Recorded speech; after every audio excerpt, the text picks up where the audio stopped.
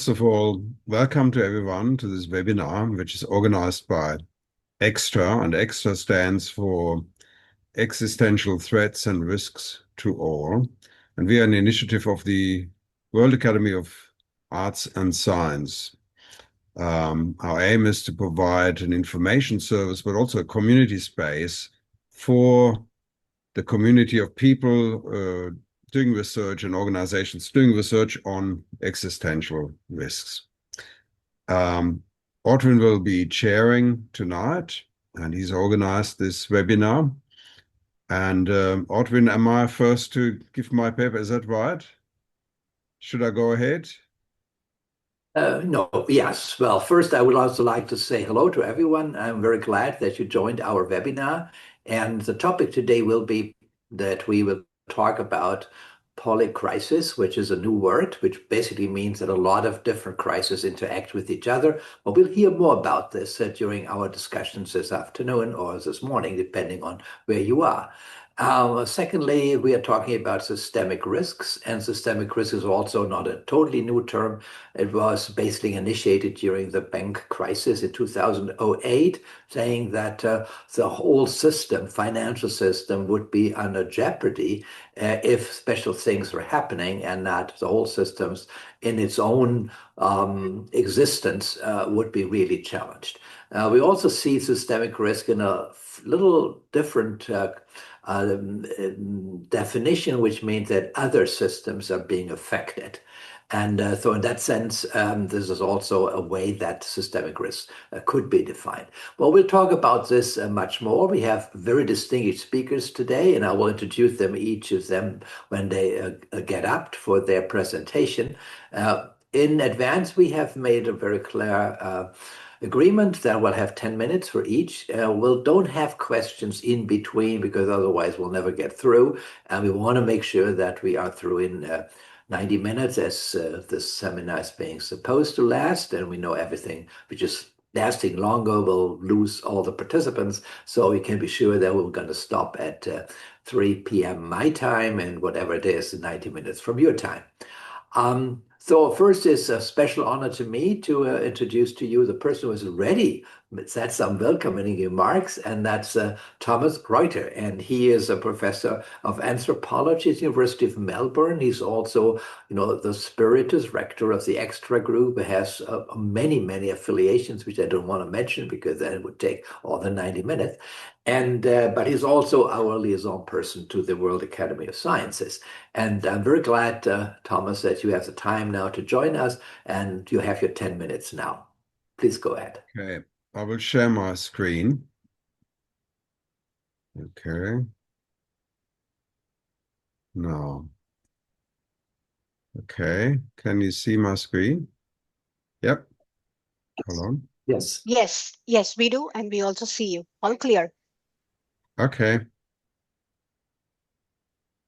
All right, so I'm going to take a very empirical angle. I'm an anthropologist. My work has been mainly in Indonesia, and I will talk about food systems, which has been my research for the last 7 years in Indonesia. And they are very good illustrations of the systemic nature of resilience and risk.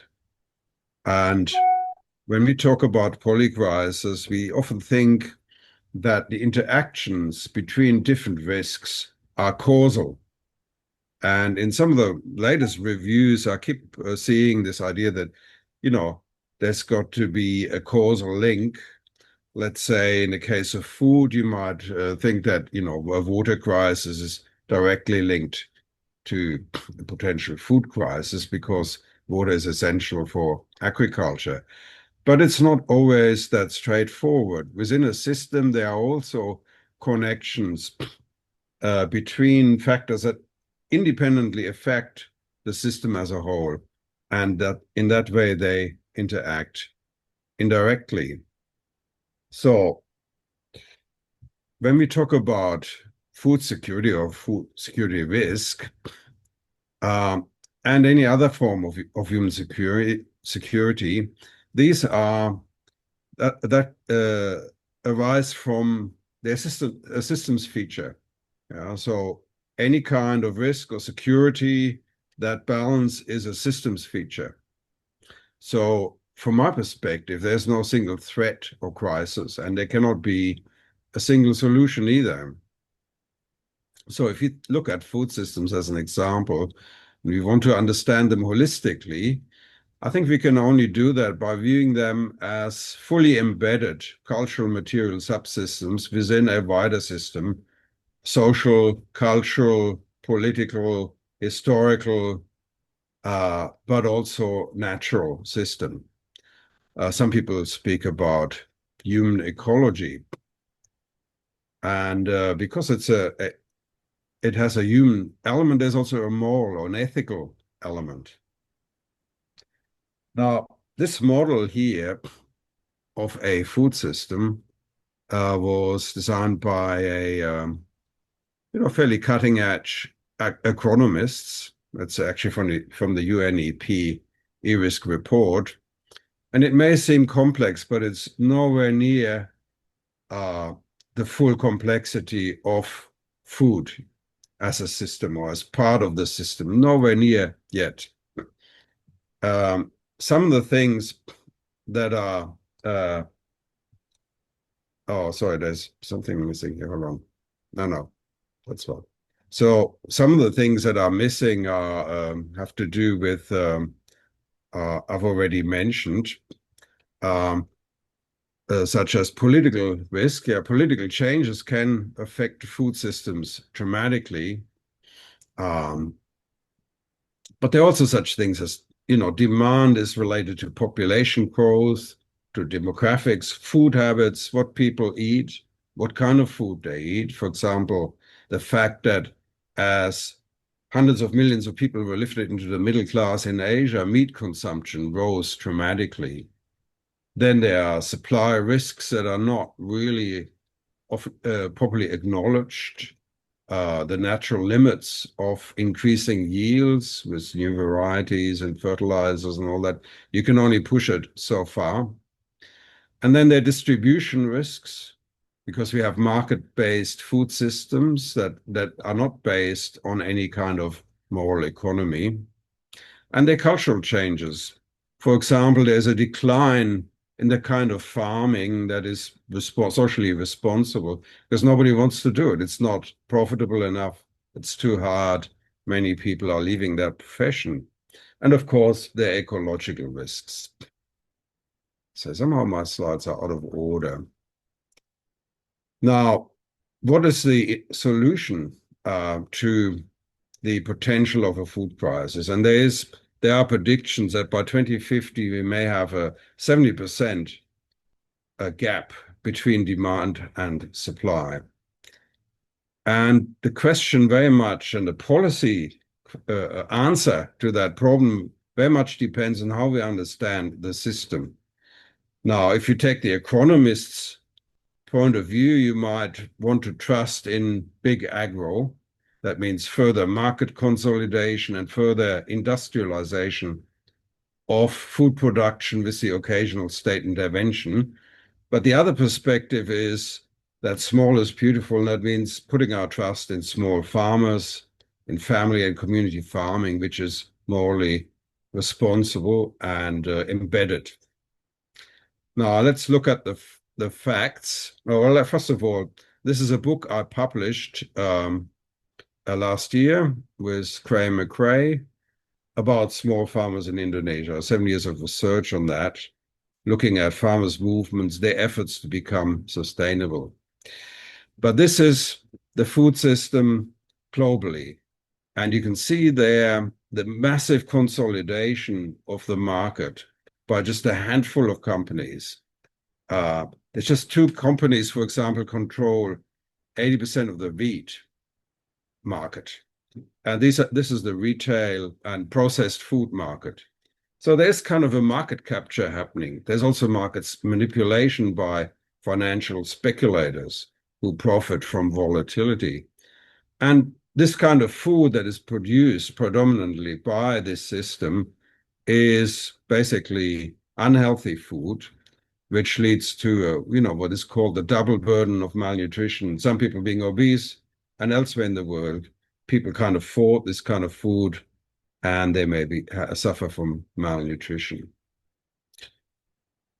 And this is an example of state intervention in Indonesia, where this is, the state logistics agency Bulog floods the market with rice from its stores when the prices go too high. And that sounds all very good because they are helping, poor people, to have access to affordable rice, which is a staple in that country. But for the farmers, it's a disaster because it destroys the price for rice, and basically it makes their profession unsustainable economically. They cannot make a living.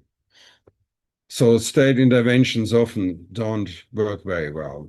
And the same also with international interventions or global food aid. The fact of the matter is that small farmers manage to feed 2/3 of the world with healthy food on less of a quarter of the arable land that is in use.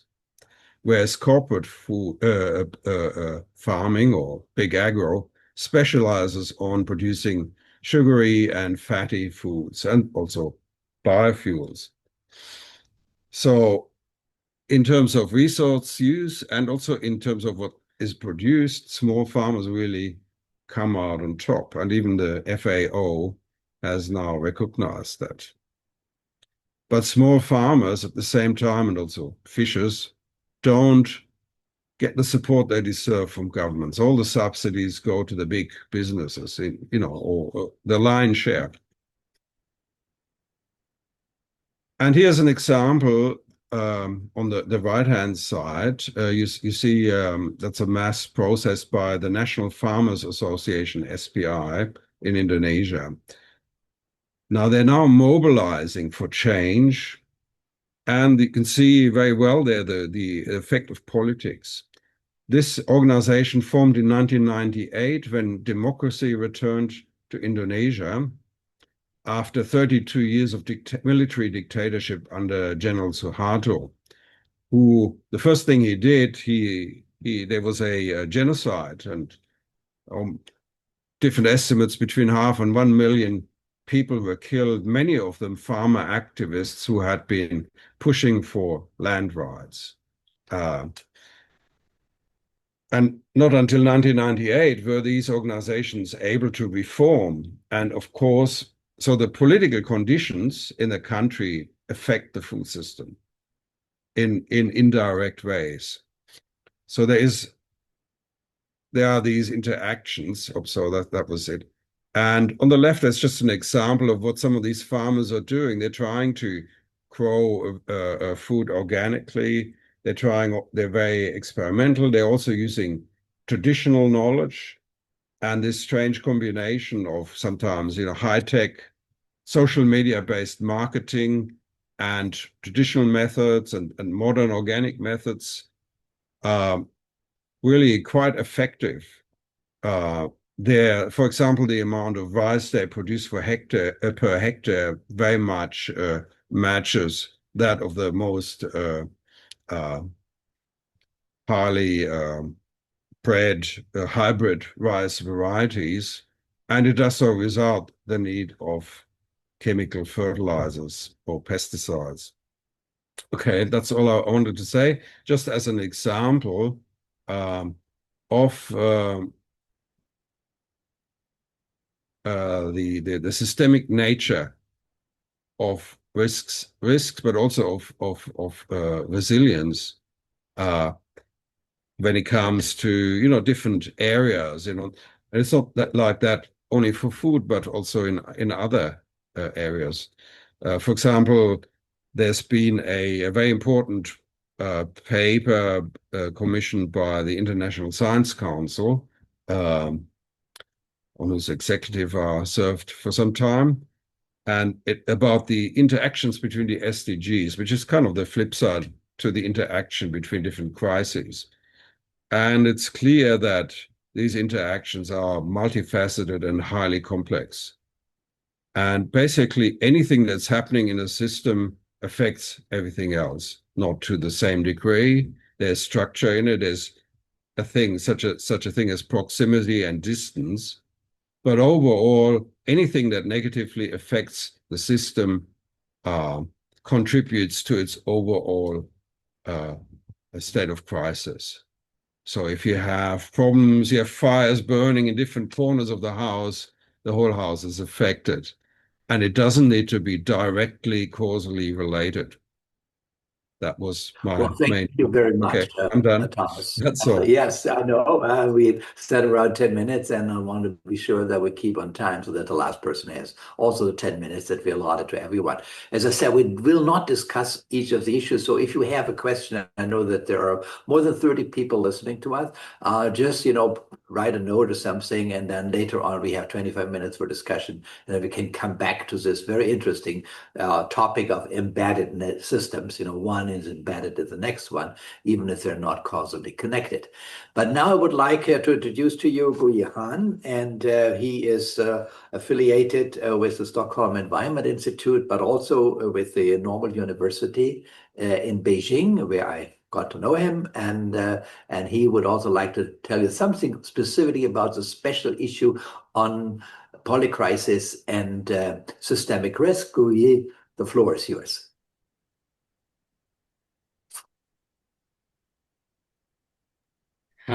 Thank you very much, Otwin. You can hear me now, right? Yes. Yeah, I try to share the screen. I guess it's not in the. Did you see it? It's not in the presentation mode, but it's fine. Now I think we can see it well. Now it's Yeah, how about presentation. now? Yeah, wonderful. Okay, this is my part is very straightforward. And Otwin has asked me to basically give a quick introduction of this special issue because following Dr. Reiter's speak, most of the papers you will hear today is part of this special issue. So I'll just use those 10 minutes to um inform you a little bit about the journal.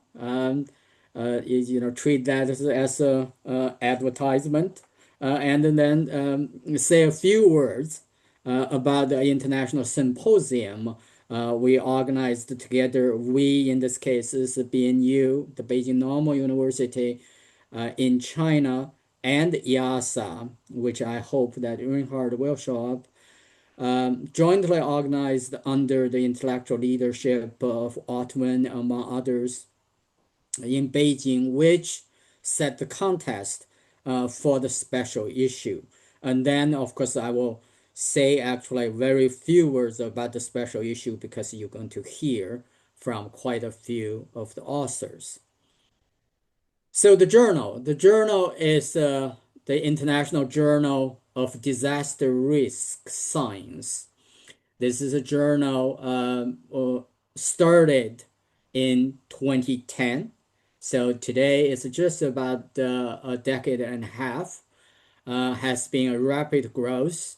It was indexed 2015, and today is among one of the key peer journals in the broader field of hazard risk and disasters.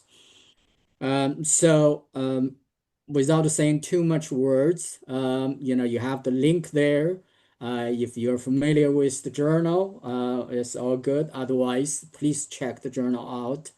If I say one sentence among the peers, this is the one we still try to really focus on this niche of integrated disaster risk studies and the hammer that integrated very wholeheartedly is also in that very spirit. In the past 5-6 years, the journal has been particularly promoting the thinkings and following the rapid dynamic development on the notion of systemic risks.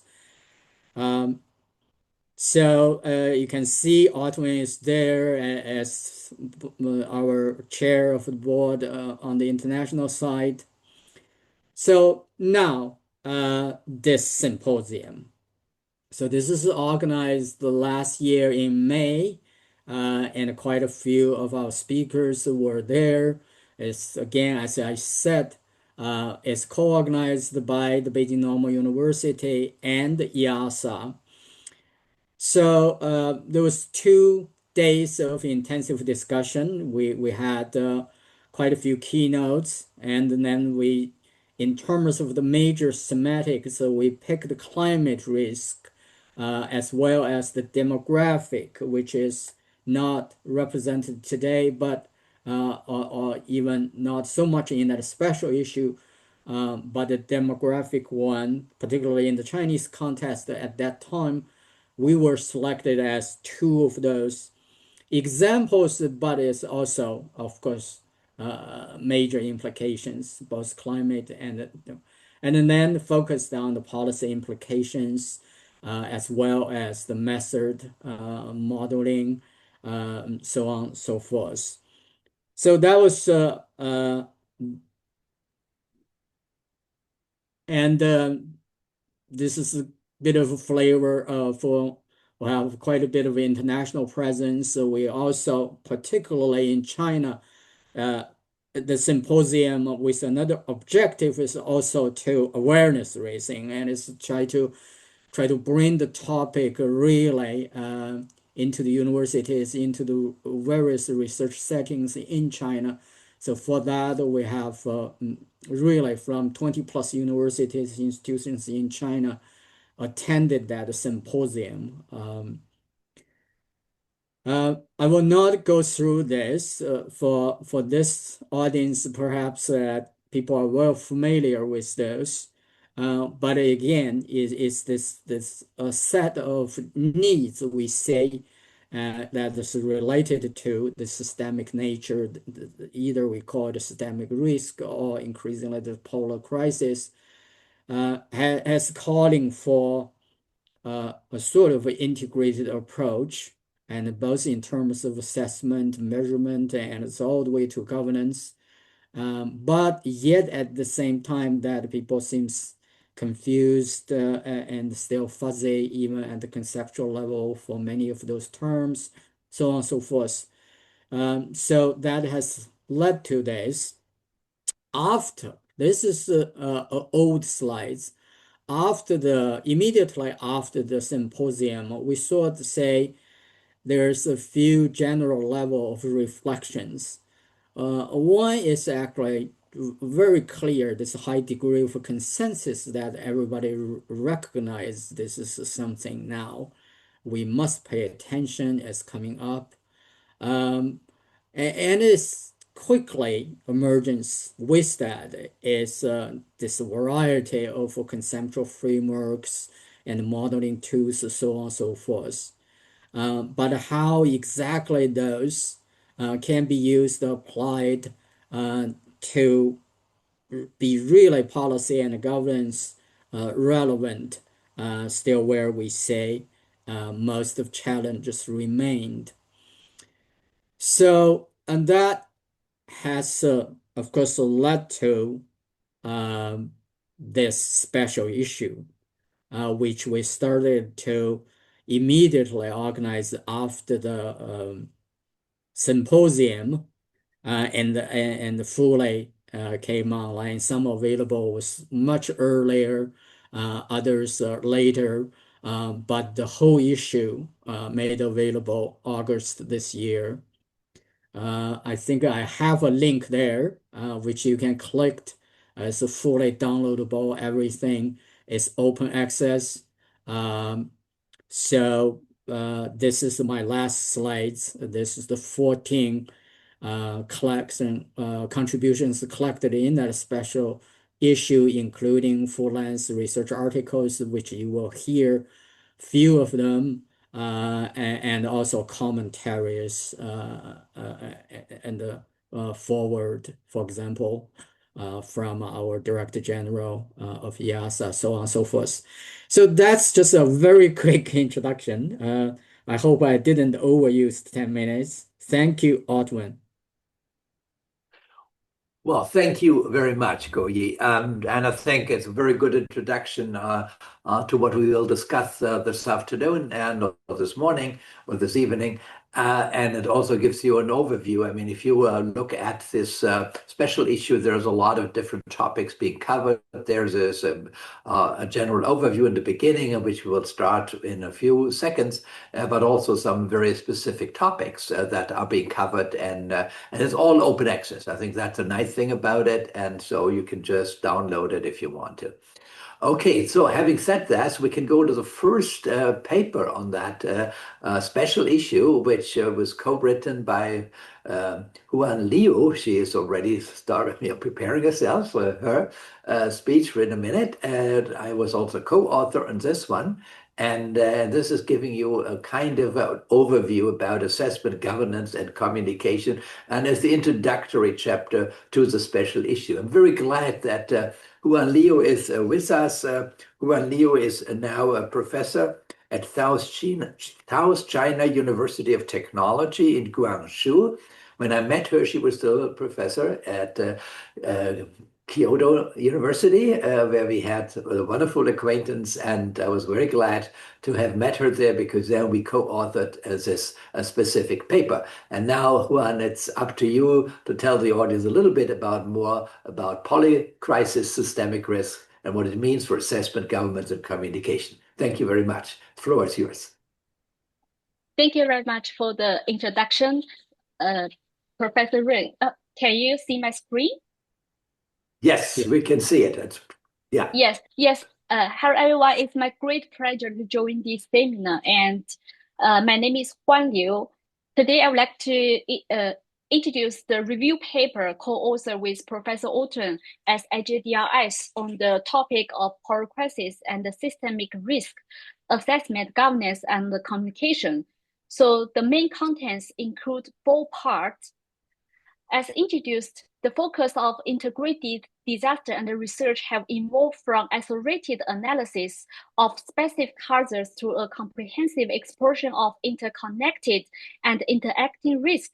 So the concept of polycrisis and the system risk highlight how multiple crises or risks can cascade, amplify, and entire system. So our review paper bridge both concepts, outlining the and the differences and implication for assessment, governance, and communication in an increasing complex and interconnected world. So to start with, our review paper summarize and review the definitions of and concept of both polycrisis and systemic risk. The table here is the summary of the review of polycrisis. From the definition, we can summarize the 4 common dimensions for understand and address polycrisis that are interconnected, complexity and uncertainty, temporal and spatial dimensions, and the systemic impact. In addition, we also review the current definitions of systemic risk as shown in the table here. And there are also 4 common properties of systemic risk that are extremely complex and dynamic networks, highly nonlinear and cause-effect relationships, causal process, and stochastic relationships. Based on this, we have the common and differences of these 2 concepts. So both concepts deal with the complexity and the interconnective of risk, but they differ in emphasis. So systemic risk focus on the potential harms within a system, where the polycrisis emphasize the realization of interconnected crises across multiple systems, also involving coincidental but interacting impact. And in the face of polycrisis and the systemic risk in the area of assessment, governance, and communication, 3 very important risk areas also faced with more challenges. As for the risk assessment, the challenges mainly include the interconnected risk, nonlinear dynamics, emergent properties, and the data limitations. As for the risk governance, the main limitations include the fragmented and the siloed structures, high uncertainty and rapid changing demand, and also to governance in face of diverse stakeholders, as well as the resources constraints. in terms of the risk communication, the main challenges are the complexity and uncertainty make the situation more difficult, and the misinformation and the rumors spread rapidly during crisis. Also, the media and the technology broad reach, but still remain managed. In addition, the culture and the counteractual factors also affect trust. Based on these challenges, we wish to review the current traditional risk assessment method and summarize the main challenges, difficulties, and the deficiency of method, and to propose the appropriate method to address systemic risk in power crisis. So the first part is the assessment of power crisis risk, systemic risk in power crisis. The traditional risk assessment method mainly include 4 steps that are hazard identification, exposure assessment, vulnerability, and damage estimation. They can well handle single risk estimation. However, in face of systemic risk in power crisis, it's often ignored. It's difficult to address the interdependency between risk and ignore the dynamics of cascading and amplifying impact.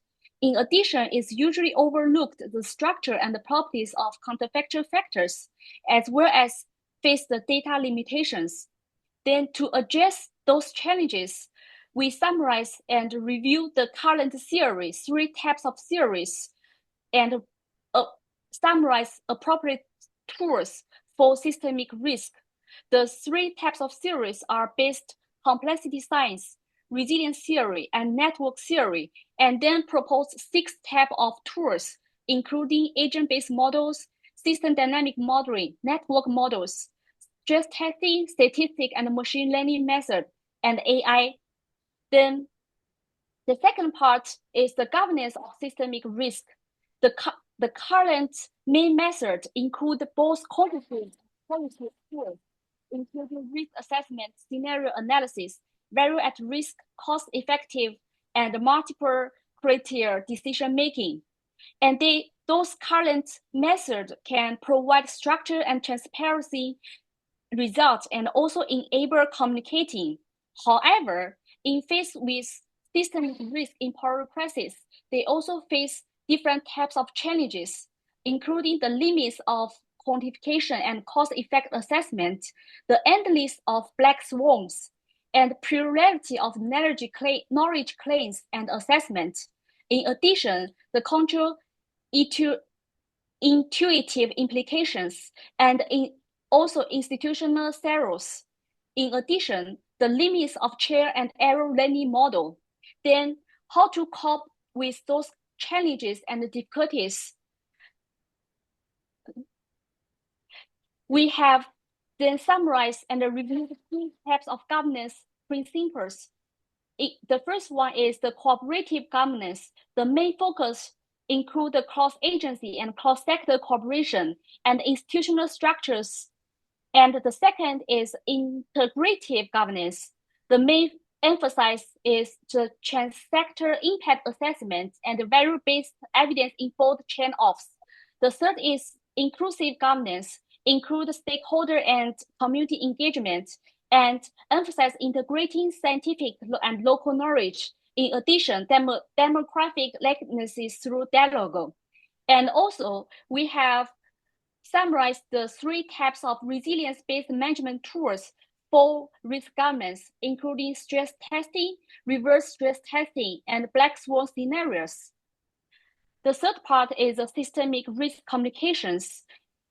And the stage of risk communications have been evolved from expert to public education to persuasion and the dialogue-based approach.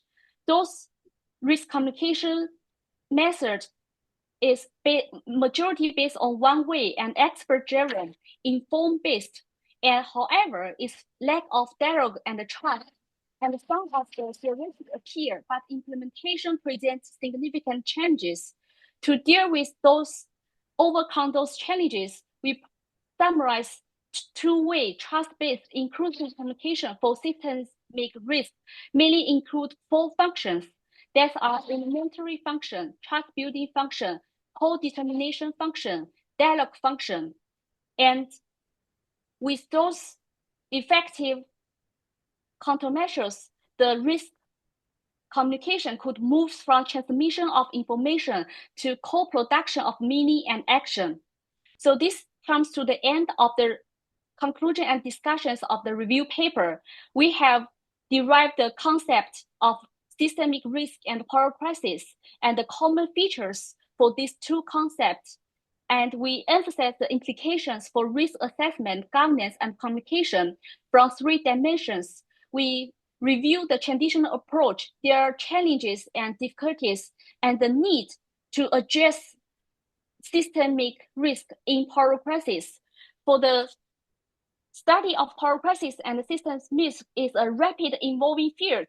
So future research is essential to refine existing theory, validate proposed framework, and translate academic insights into practical tools for risk management and governance.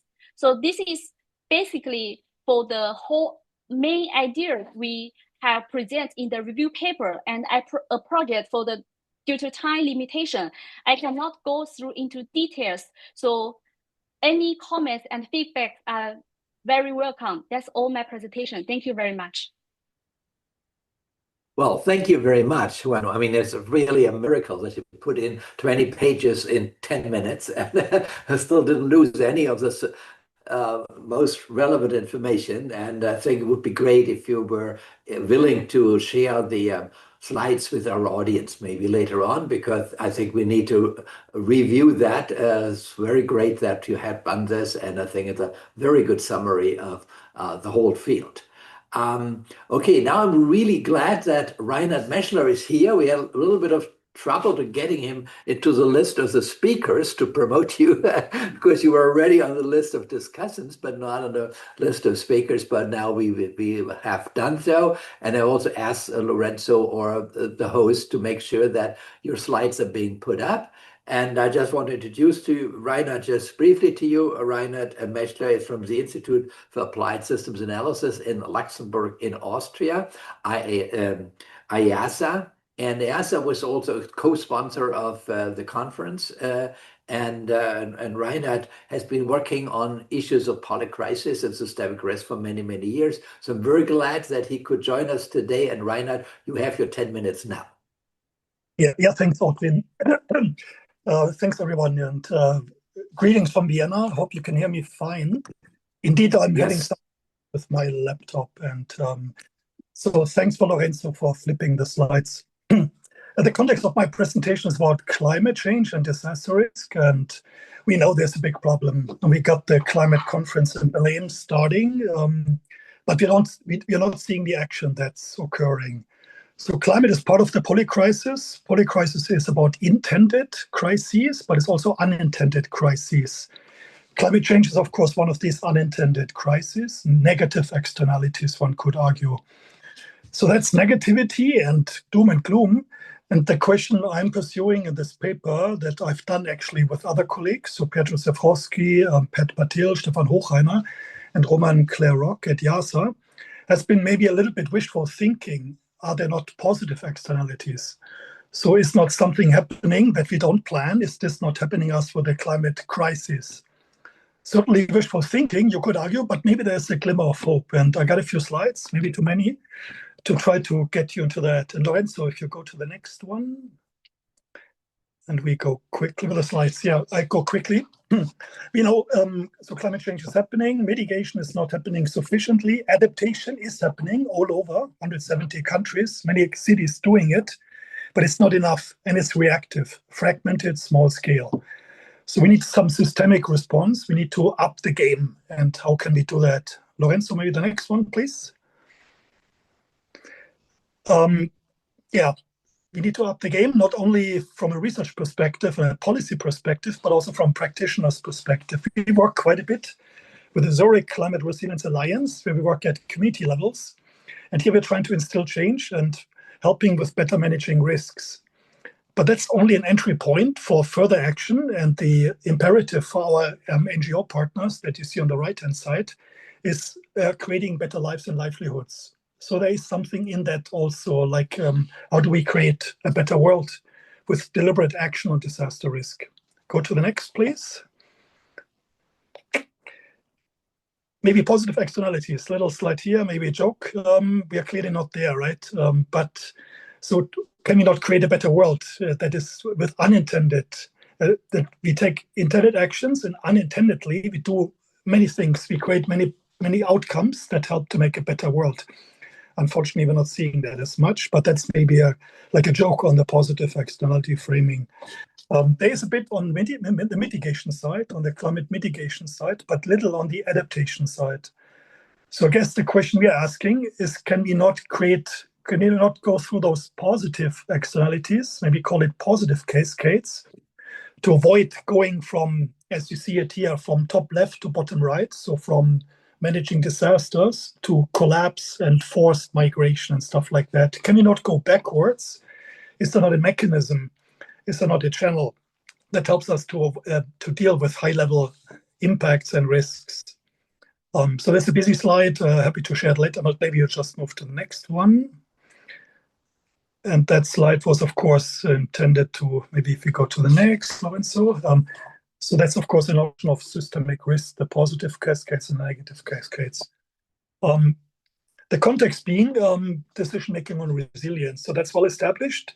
Many people have shown there's a high benefit-cost ratio to taking action on risk reduction. That's super nice, but it doesn't convince the policymakers. So do we not need to go bigger into like a socioeconomic case for multiple resilience dividends? Next slide, please. Oh, it's a bit on the clicking, right? We go to the next slide. I can also just keep talking. So that invokes the triple resilience dividend framework. That's basically taking 3 lines of action. And the second one is unintended. The first one is direct risk reduction and climate adaptation. That's well understood, but it's not making the day for policymakers. We know that pretty well, and that was my first slide. Number 3 is the co-benefits. So if we build a house that's flat-proof, we can also make it zero carbon. The second is the positive externalities. By taking deliberate action on 1 and 3, can we not create positive externalities? And that's the second dividend. So that's the sticky point. And our contribution has just been to frame it as positive externalities. This triple dividend has been around for quite a while, about for 10 years, I would say. World Bank, ODI, LSE, and also YASA worked quite a bit on these issues. But we would argue it has not been understood as a positive externality framing. Maybe that helps to raise awareness. Next slide, please. So that's schematically showing that. What are the channels? By taking action on 1, on the first dividend, we can change risk profiles of people. So if risk is taken out of your system, arguably, people would make better decisions. Households and communities, maybe cities, would make better decisions. Could also involve insurance and social protection. If you're financially protected, you may be willing to go from risk averse to risk taking, make better decisions, increase outcomes, increase development outcomes. There's another channel from improving socioeconomic outcomes through co-benefits. So the safer housing, the safer and zero carbon housing may increase your outcomes, socioeconomic outcomes. If you're safer and richer, you may also be willing to take better decision on risk. So that's in a nutshell the framing here. Next one, please. Yeah, here's a little like just a schematic. It's also about systemic interactions, right? Urban, linked to agriculture, to trade and services. So there's an interconnected issue here. So like a spatial and systemic across systems perspective. And this is a busy slide set, as you see, so I'll leave it at that, just showing that. This is just one link into the systemic risk discussion. Yeah, so we're making that case, and what's the evidence and what are the challenges? So there's many. We would argue the epistemology is important. The framing as positive externalities is important. Then it's important to create further evidence and look into the evidence from local to global. There is some evidence, but it's not massive. I'll go into the evidence now, please, for the next slide. Yeah, here's a little bit summary also. Particularly the second is important. The second, so the unintended consequences to positive externalities. We see some changes in output of a local economy, a community, after resilience-enhancing measures have been implemented. there's national and global modeling that we like to do at YASA that also shows that within economic models, if you work on carbon emissions, on adaptation, outcomes may also increase over time. But that's within models, that's maybe not the reality. So there's some stuff, and let me just make it a bit more concrete in the next slide. Yeah, this one, if we have a paper where we look globally, do we see the triple dividends? So it's more qualitative stuff. Next slide, please. I worked a bit with colleagues, practical action on the Kanali Basin in Nepal, really locally on the ground, on risk reduction in the context of flood risk. Next one, please. Sorry, it's a lot of slides. What's happening here? Small scale, hard and soft, people-centered actions are being taken. That's risk reduction and co-benefit risk reduction. Next one, please. Speed sliding here. Thanks. Yeah, but biodikes are being set up. These biodikes, also those rattan is being produced by local farmers, and there's women-led self-help groups. So there's some unintended socioeconomic positive dividends happening. And this community that was forced out 10 years back out of this rivershed, where the river course is changing, it came back with the support of practical action. People moved back to where they were forced out, because there was a set of soft and hard actions taken, nature-based solutions, and outcome-enhancing measures with the biodikes taken. So one could argue that's the case of positive externalities and the positive dividends. A really local, and here only shown by some photos, a case that shows that something like this may be possible. Next one, please. Yeah, the World Resource Institute with the World Bank has done a big review to try also to shed light on this. Do we see the numbers, these triple dividend numbers? If you go to the next slide. And indeed, there is something here. The red bar is the second dividend. So that's the share of the dividends in the total dividend per different sectors. The red one is the second dividend. So indeed, it pops up. It's not small. It's actually quite considerable. Let's go to the next. Summary here, quick summary. So there's a systemic underinvestment in the disaster and climate space. The triple dividend framework has been around for 10 years since Sendai and Paris. It's this positive externality framing, and we're seeing some high returns on investment. There's many issues here. It's local evidence that I've shown, and then the evidence in numbers, the quantitative evidence I've shown. This is pre-event appraisal work, so that's not looking after the fact, after investments have been done, projects have been implemented, so that also needs to happen. And further awareness and attention to the channels of this positive externalities is needed to really bring it home. So maybe it's a bit wishful thinking, maybe it's more, I think it's more, and it will merit some further discussion. Sorry for those many slides and being not able to flip it myself. Look forward to the discussion. Thanks. Well, thank you very much, Ryan. And I think we got the message, and I think that this issue of triple benefits and specifically co-benefits that go along with some of these measures is a very, very convincing argument also for getting people online that do not believe in climate change, but would believe in co-benefits. I think that's a very important element. Now we're getting to the next speaker, and I'm very happy to introduce to you Pia Johanna Schweitzer. She is with RIFS, the Research Institute for Sustainability at GFZ Science Center, part of the Helmholtz Association. Pia is the head of the Unit for Systemic Risks. Actually, I was working at that institute before I was retiring, so I know Pia very well. And I'm very happy that she will also address a very specific and I think crucial issue, which is social equity. And Pia, your floor is yours. Thank you very much, Otwin. It's a pleasure to be at this webinar. My talk will focus on the issue of governance and also how to bring normativity and equity considerations into governance of systemic risk and polycrisis. I'll start out with an overview of our starting point for systemic risk. and sort of implications for governance in this paper. So I'm presenting two interlinked papers. The paper in the special issue that is being presented today builds on this publication actually with regards to how normativity and ethical considerations can be brought into resilience thinking.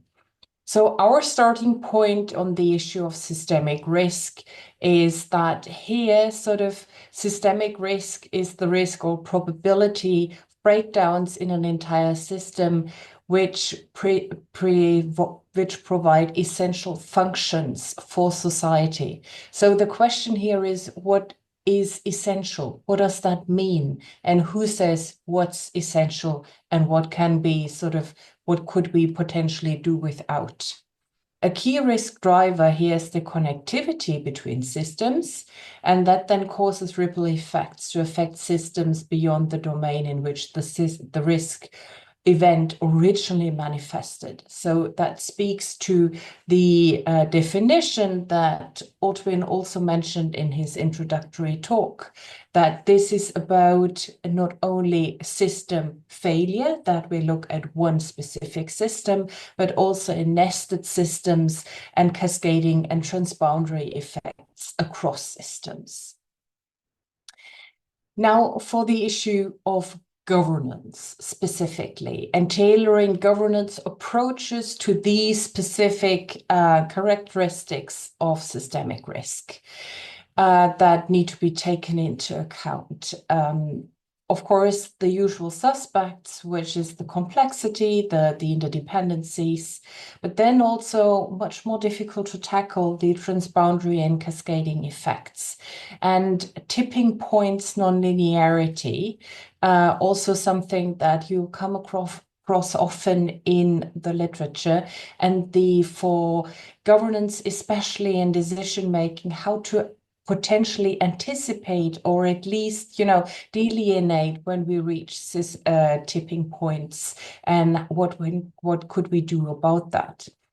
Another aspect that is less well researched, I'd say, is the question of the perception and the mental representation of systemic risk with individuals and societal groups. That then also contributes to a lag in policy making and how to address this temporal component that we often see between sort of the manifestation of systemic risks, or also the slow onset creeping systemic risks that materialize much later, and also not necessarily in the same geographical area as the risk's origin, which of course for governance, when you think about decision making, is a huge issue.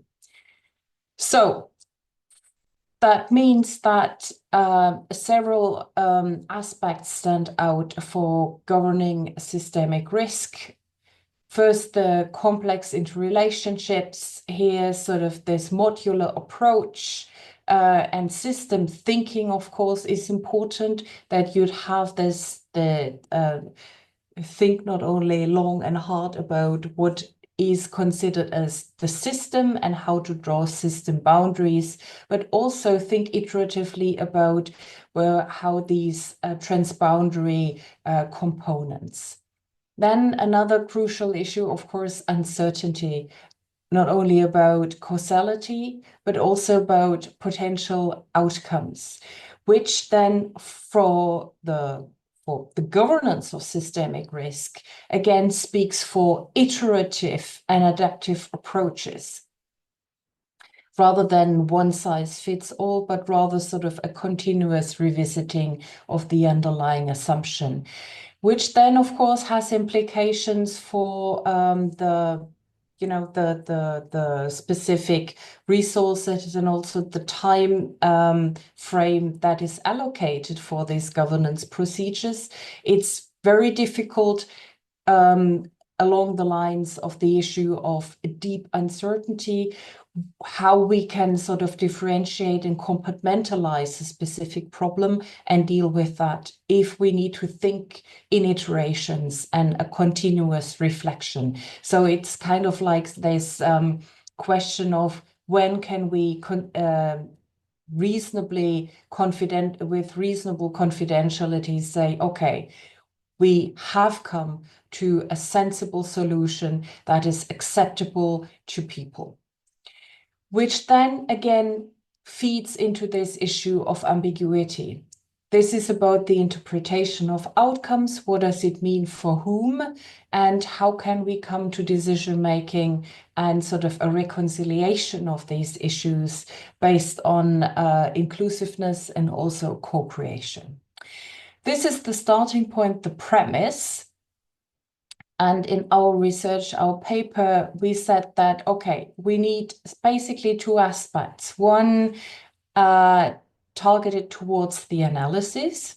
And here, especially the interdependence between sort of what we've here termed system 1, 2, and 3. You could also build more systems, of course, but the nested the idea of nested systems where we not only look at the risk emitting systems, but also institutional arrangements, risk regimes, regulation, other societal factors, in addition to societal risk controversies and the cultural settings and sort of how they feed into each other and link with each other is important.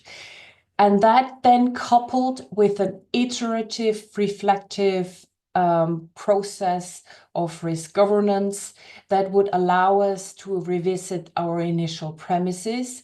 This is then based in a participation, communication, and continuous reflection. Which leads us to the question of, okay, this continuous reflection and iteration, especially about the normative underpinnings, how do we do that? And sort of should we then, because we said that, okay, because it's a never-ending process, wouldn't we rather look at resilience, building resilient systems? Because in an age of polycrisis and in an age of systemic risk, it is nearly impossible to eliminate systemic risk, because this interconnectivity is how our current systems are structured. So rather sort of shift the focus on resilience. And here, sort of, this is the paper that we contributed to this special issue. Shout out to my co-authors, first and foremost for Benjamin Hofbauer, who spearheaded this initiative, and other colleagues from the RIFs, but also colleague from IASA, Stefan Hoch, Rainer Stiegler, and others from our current Horizon Europe project directed. Here, sort of the focus is on resilience and justice, because we said, well, you know, the functionality of systems, that they provide something that humans value to society, this value component, we need to tackle with that and deal with that somehow. Several aspects with regards to justice stand out that raise critical questions for governance. First, the question of distributive justice, sort of who gains or loses from specific measures. Then also procedural justice, who participates in the decision-making, especially important for our sort of work on sort of conceptualizing governance processes. But then also the question of recognitional justice. Yes, about, got it, thank you. About identities and experience and how can we acknowledge those. Lastly, ontological justice, about sort of which assumptions actually count and what does it mean for our systems and for our society to flourish. Empirical evidence, how we deployed that sort of in the question of adaptive governance for flood risk management. Here, sort of, we expose especially value tensions with regards to economic recovery, but then also the flip side, the ecological restoration. All of these raise question of social equity and reconciling short-term with long-term transformations. In a nutshell, it means that we need ethically informed systemic resilience that is embedded in moral reflection and also system thinking, and governance approaches that embrace ambiguous values. So that's my last slide. The key takeaway message here being that resilience and justice are mutually constitutive, and we need an integrative mode that unites system thinking, sort of the analysis of systemic risk and polycrisis, with ethical reflections in iterative and adaptive governance procedures. Thank you very much. I'll stop here. All right. Well, thank you very much, Pierre. Also, I know that there was a lot to cover, and thank you for keeping the 10-minute limit. Now we got finally our last speaker, who is not a part of the authors of the special issue, which of course is unfortunate, but nevertheless, but we wanted to have one outsider who has been extremely engaged in this topic and also involved in another special issue. And he is from PIC, that's the Potsdam Institute for Climate Impact Research, and is also directing a unit there, which goes with Earth resilience specifically. And I'm very happy that Jonathan is here, Jonathan Donges, and he will also talk to us about the modeling assignments and also what this can help us in order to deal with polycrisis. Jonathan, the floor is yours. Okay, thank you, Ortwin, and hello, everyone. Thank you for inviting me. Let's get this started. I hope you can see. Yes, we can see it well. Yeah. Good.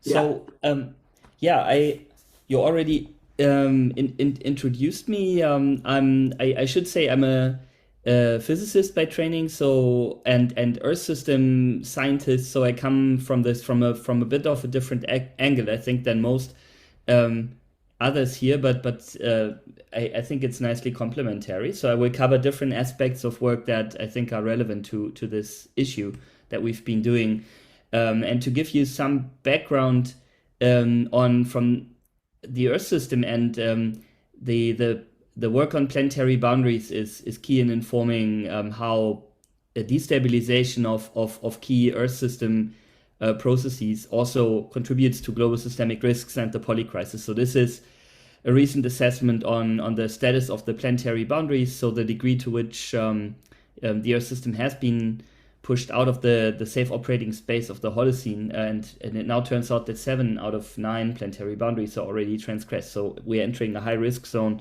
in terms of planetary boundary transgressions now.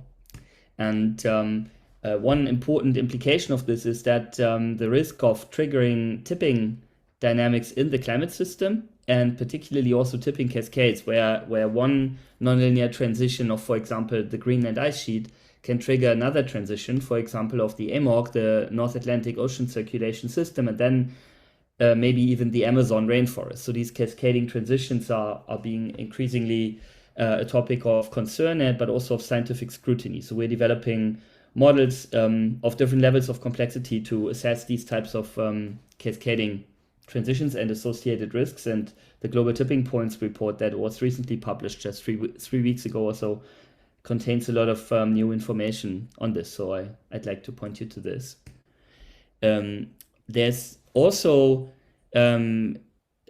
so-called negative social tipping dynamics that have been identified in human societies that can result from and can reinforce further Earth system destabilization. And these include so-called social tipping elements like the socio-psychological system, human settlements, political system, and financial markets, and different dynamics in these systems like financial crisis, conflict, displacement, enemy, radicalization, and polarization. Just to point out a few that we've covered in a review paper that was published last year. So, and again here, these dynamics are interacting and not in isolation. So it's another important concept, I think, are so-called Anthropocene evolutionary traps. So this takes a bit more of an evolutionary angle, and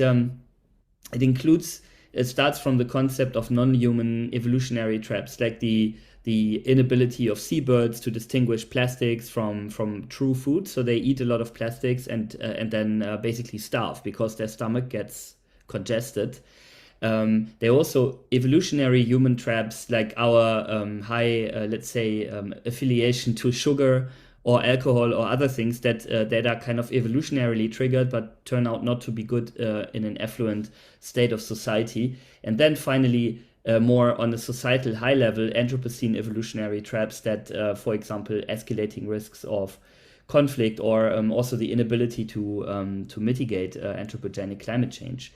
And these traps consist of feedback mechanisms that connect different parts of what we call the world Earth system. So the Earth system of biophysical components connected to human societies, and it's important to identify the feedback loops that connect these different parts, and a lot of different mechanisms have been identified in the literature, and we tried to do a synthesis here in this paper led by Peter Søgaard Jørgensen from the Stockholm Resilience Center, and turned out that many of these trapping mechanisms exist, and unfortunately they are also interacting, and many of them interact in an amplifying way. So there's really these trapping mechanisms that are one important part of understanding polycrisis and global systemic risks. But to simplify it again a bit more, this is from a perspectives paper that was published a couple of years ago, but it's really about, in my work, trying to understand the interaction of the climate ecological crisis, institutional political crisis, and technosphere crisis, of course, on my end with a big focus on the climate ecological crisis. We've done, and I wanted to bring this up here, Ortwin. This was a nice effort we did in this, published in this other special issue on the causal mechanisms of crisis entanglement, together with Johan and Ted Homer-Dixon and his team. And the important point here is that we can provide a clear definition of a global polycrisis. So it's about the causal entanglement of crisis in multiple global systems in ways that significantly degrade humanity's prospects to develop to a sustainable, equitable, prosperous development. And there are different systems, again, here on the right-hand side, can be identified in both society, economy, and the ecosystems. And there's different, again, mechanisms that can be identified and studied to better understand and disentangle how different stresses, triggers, and crises interact in such a global systemic risk or polycrisis situation. And basically they're quite, for example, a stress is of course can cause a trigger. So slow processes and fast processes interact to create a crisis, but there can also be a feedback from the crisis back to the stress and to the trigger, potentially enhancing these stresses and triggers and making the situation overall worse. So this would be an example of an amplifying feedback loop that creates a stress situation where the system gets deeper into a polycrisis or into a trap. The key mechanisms are can be these common stresses where the same stress, like anthropogenic climate change, greenhouse gas emissions, acts on different systems at the same time. It can be domino effects, like in these tipping interactions that I mentioned, and it can also be intersystemic feedbacks where there's really then a feedback back from this crisis situation to the cause of the crisis situation. And one example we use in this paper to illustrate this is the situation of the past maybe 5 years, where different effects have led to the pandemic. So this is a situation in the health system, but this has then cascaded into changes in economy, like labor shortages, changes in the financial system, leading to inflation, and then to the potential for a global financial crisis. So here, cascade from the health system to the economy, also mediated by changes in transportation and communication, which then in turn has cascaded, or one can argue has maybe part of the explanation is it has cascaded also via breadbasket failures, extreme weather events, decline in state governance capacity to civil violence in low-income countries, and other security issues like the wars in Ukraine, Russia, for example, can also play into this. So this framework provides quite a nice way of dissecting such a situation and identifying relevant cascading effects and feedbacks.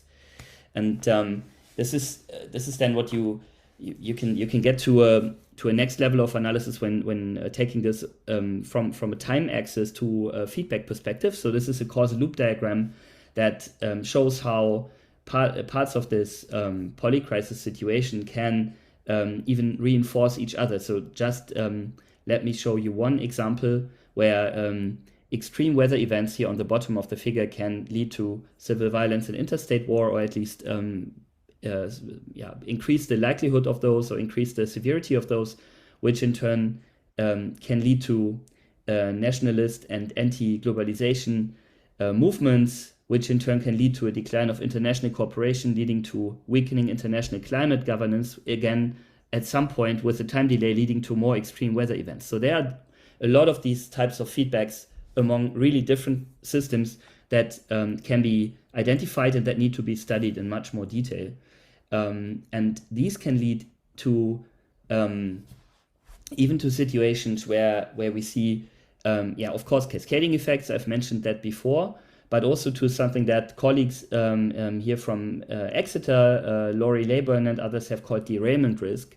This is a situation where these feedbacks, for example, again, the increase in climate impacts and destabilization of other natural systems via planetary boundary transgressions leads to higher impacts on human societies, which can have cascading and compounding impacts on society that challenge the ability to deliver a transformational change and to govern the situation, which in turn can impede the ability to reduce emissions and to mitigate the pressures that have led to the problem, which in turn can make the problem worse, right? So here we have a positive feedback situation. It's similar to the one that I showed in the diagram before, which can actually derail from a successful solution of the problem and bring us deeper into an Anthropocene trap situation.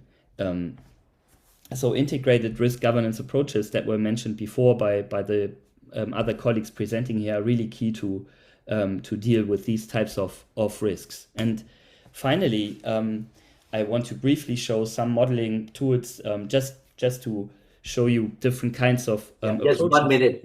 Yeah, of course, Otwin, thank you. Different approaches that we're using to try to disentangle these situations and model them, to model how these interconnected global systemic risk systems evolve in time, what feedback exists, what their relative strengths is, and what are critical intervention points that can into these systems where governance can have an impact. And these types of approaches range from system dynamics modeling, like in the FRIDA dynamic integrated assessment model that we've developed in the past years in an EU project called WorldTrans, to agent-based models like the one on the bottom related to where we did an analysis of Tainter's theory of societal collapse, but in a more modern network science and nonlinear dynamics perspective, which then together these approaches inform our integrated so-called World Earth System model, where we have a hybrid approach bringing together process-based biophysical modeling on a planetary scale of agriculture, of the biosphere, of climate, with agent-based modeling of land use and of governance and other factors that together at least represent part of the situation that where we would want to study global systemic risks and polycrisis. And we are now also looking at these tools a lot from the perspective of global systemic risks and polycrisis. So expect more on this in the future. I mean, main conclusions, I think this is it's really important to look at crisis interactions and system interactions, not on isolated crises and events. It's important to look at the architecture and of the feedbacks that connect these systems, in the Earth system and ecology, in economic and societal components of the system, and not just at single events like the pandemic just as such, but you have to look at it in the system architecture way, and then to use this knowledge and the modeling tools and also empirical analysis integrated with that to identify and exploit intervention points, and sometimes also called positive social tipping points. Thank you.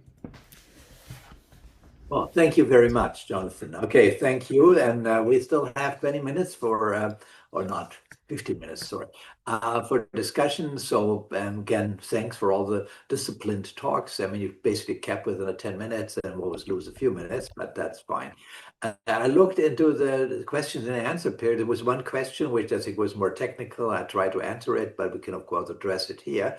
But if any of the audience here, we have around 30 people in the audience, has any question, I think the best thing is to put it in the question and answer chat box, and then we can address it directly.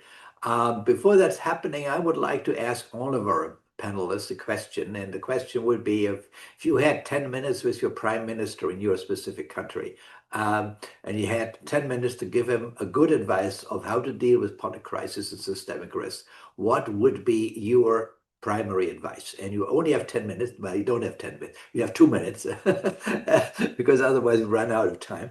But if you had, 2 minutes to tell him what to do, and what would you recommend the person saying, this is number one thing you should do to deal with this polycrisis and systemic risk thing? And I would try to use the reverse order. So Jonathan, you were up first, and then we go back, and the last one would be then Thomas. Okay, Jonathan, what would you tell to, with whatever, the German chancellor would be in that case, who is now in Brazil right now. So he might be happy to get an advice from you. This is of course a challenging task, but maybe very simply, I would really encourage him to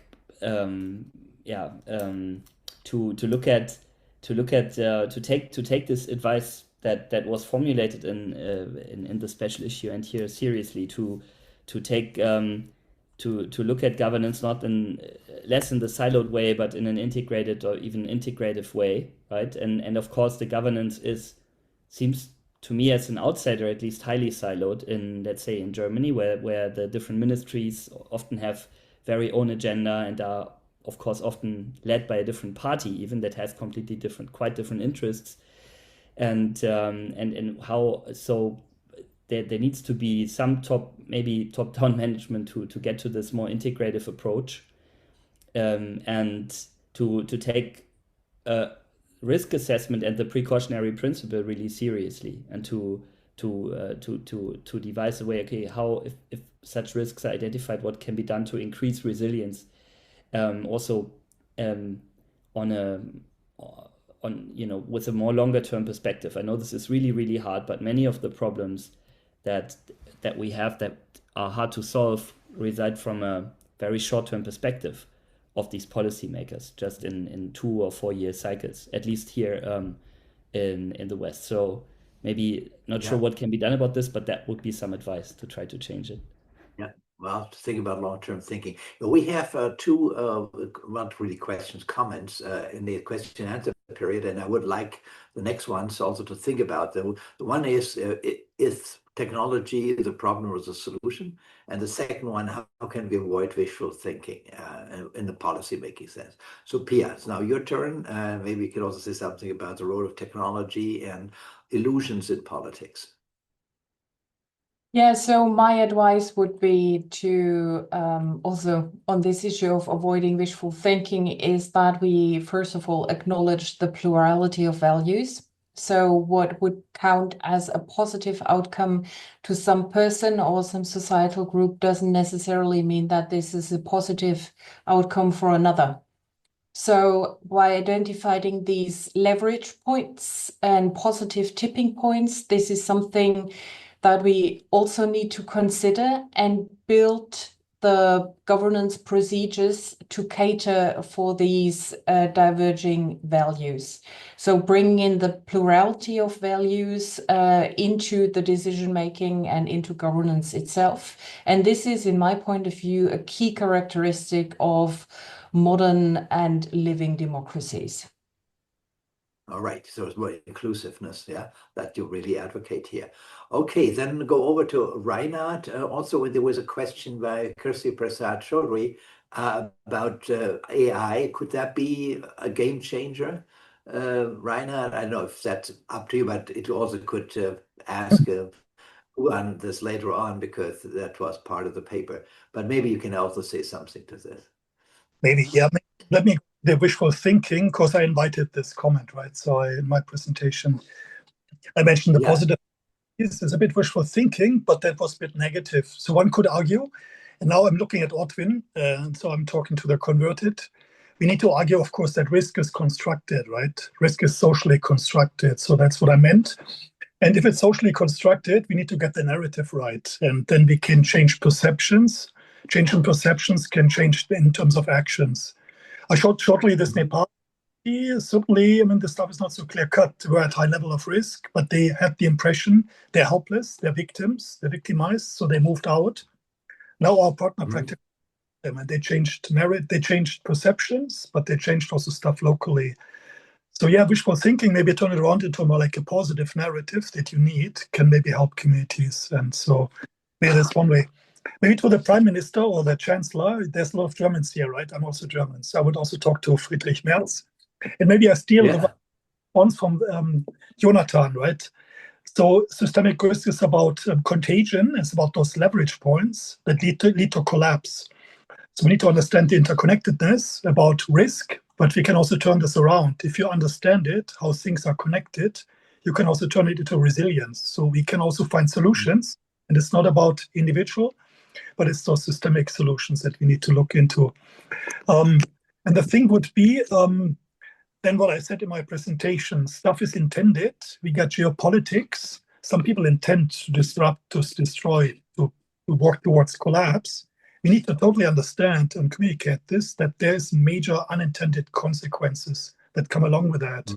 We can turn those around, right? And then we need to act on that. And I think that's probably important to understand that there's systemic downside cascades, and that has long-term implications. Can we not turn this around and turn it into something positive? Maybe with framing, but certainly also with action.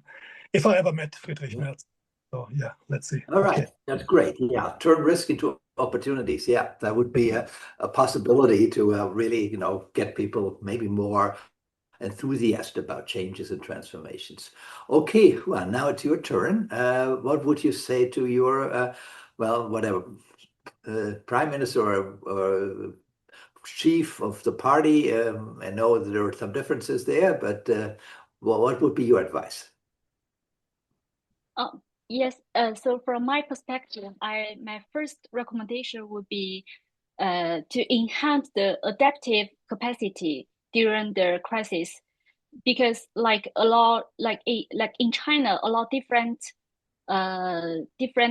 city and to design their own local system policy that's able to fit for the unique geographic and economic vulnerability would be very important to deal with the systemic risk, to enhance the adaptive capacity. And also like to, as mentioned in the review paper, to improve the social trust, to shift to the trust building dialogue and co-determination model to manage the deep uncertainty and prevent pandemic and secure public. Yes, that would be my recommendations. Well, I hope he will invite you so you get that message across. Yeah. Okay. Now, Gui, what would be your? I don't know if you want to have the Swedish or the Chinese. You can choose. I don't think that either Prime Minister, China or Sweden will listen to me, but if Well, I they get a should. moment to wisdom, actually, since I'm working for SGI, I just convince them to give some money for us to do some imagination of the risk scenarios. I think if I'm the leader of those countries, I think I got inspiration from you. I still think this vital stress test of the vital systems, however we define those, are increasingly should be considered. And in order to do those stress tests, we do need to imagine imagine the risk scenarios.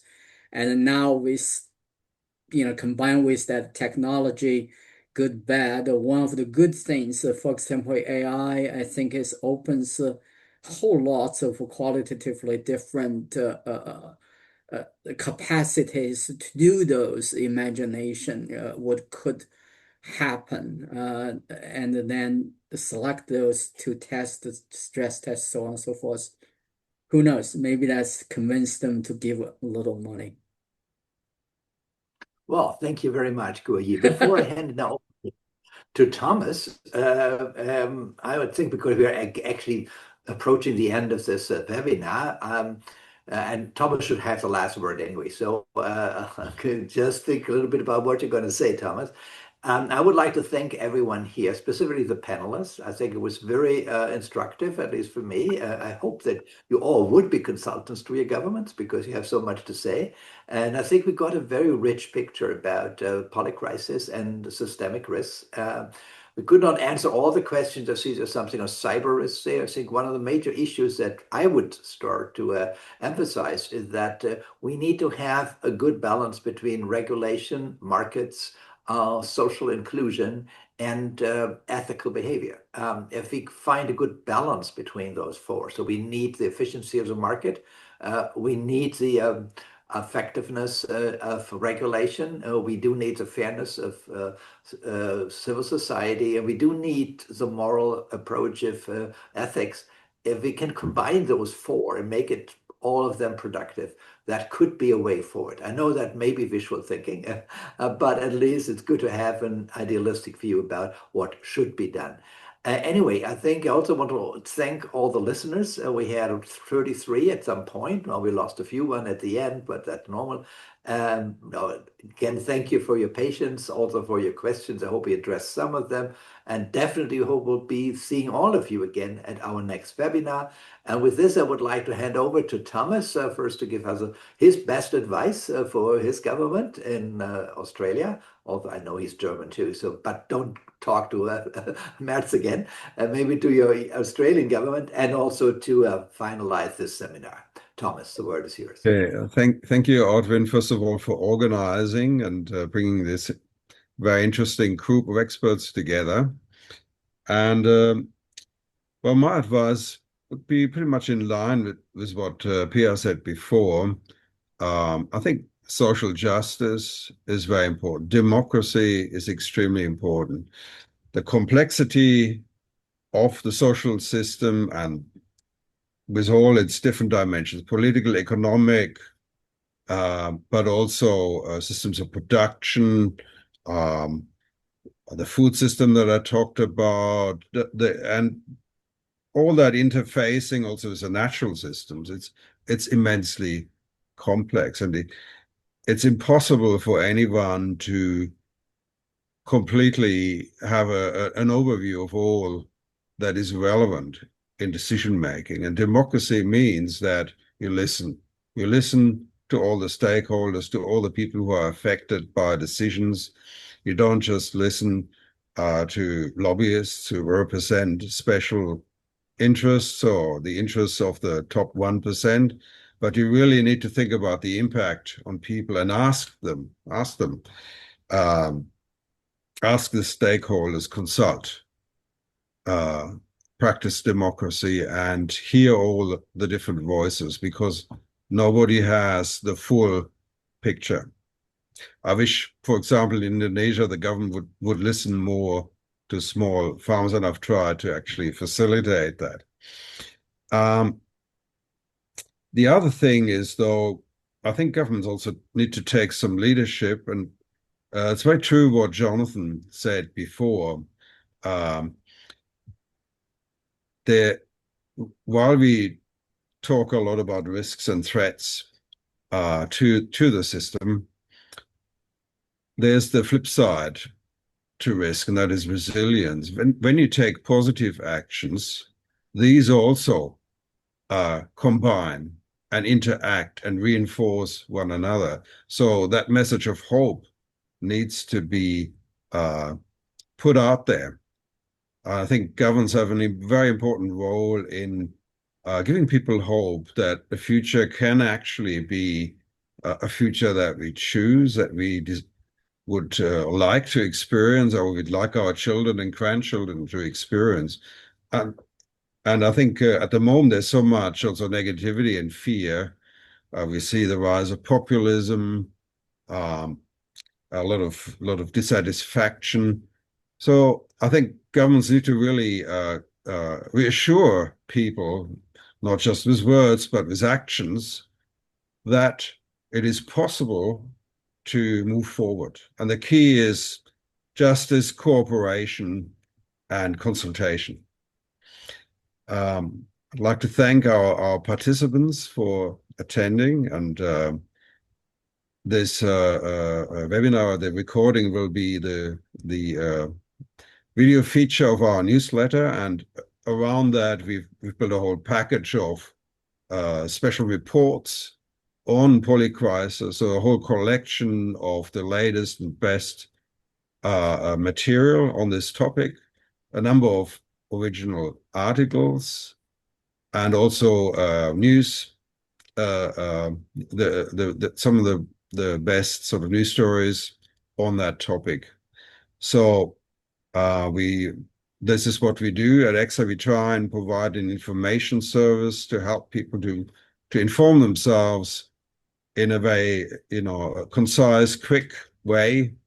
We all have very busy lives. It's difficult to maintain an overview of that very complex topic of existential risks. And we've seen today they all interact, so that adds yet another layer of complexity. And we're trying to bring a lot of that information together in one place. So thank you again, Ortwin, for organizing, and Yeah. So thanks, everyone. okay. Thank you very much. Thank you. Yeah, you're very welcome. Thank you. Bye-bye. Bye-bye.